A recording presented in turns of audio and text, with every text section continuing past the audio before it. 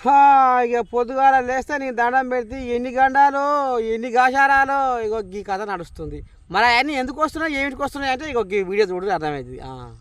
ఒక్కరా ఇద్దరా ఎందరెందరో మనుషులు రోడ్ల మీద నెత్తురు అయ్యో ఏరులై పారెను. ఇక దినం పేపర్లల్లో టీవీలల్లో చూడలేకపోతున్నాం వల్ల యాక్సిడెంట్లు టక్కర్లు ఓ సై బుర్ర బుర్ర ఈ ఉరుకుడు పాడవాడ ఈ ఉరుకుడు ఈ ఉరుకుడే వీటికి మొదటికి వస్తుంది మోసం. ఇక అందుకైనా ఇప్పటికైనా ఓ జనాలు జర్ర ఒకసారి ఈ వీడియో కూడా మీరు వినాలని పట్టుకొచ్చిన జర ఇనూరి. ఏ రోజు ఏ గండం ఎదురవుతుందో ఏ క్షణాన ఎవరికి ఏమవుతుందో ఏ రోజు ఏ గండం ఎదురవుతుందో ఊహించగలమా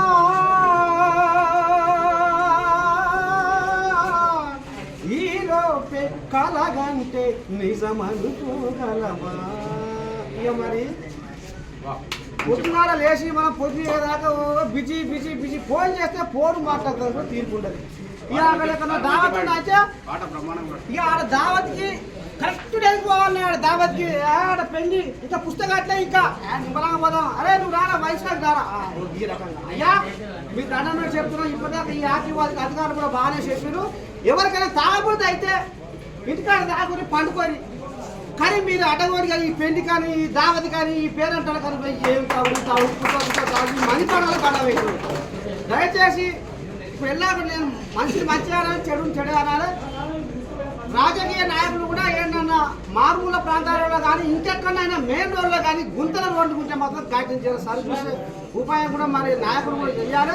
ఇంకోటి కూడా ఈ డ్రంక్ అండ్ డ్రైవ్ అని ఇదని అదని పెట్టినా కానీ విపరీతంగా పెరిగిపోతున్నాయి. మరి ఈ దునియాలో ఏ పేపర్లో చూడు ఏ టీవీలో చూడు సచ్చిండు ఆడ 5 ఇక్కడ 3 ఇక్కడ 1 ఇక్కడ 2 వీళ్ళకి ఏం బాధ ఇంత టైం తీసుకొని పాపం అది కడుపు పొద్దుగాల ఏం తిన్నదో మనం ఇంతమందిని ఆపి ఇంత రావసక్కని శుద్ధులు చెప్పారు.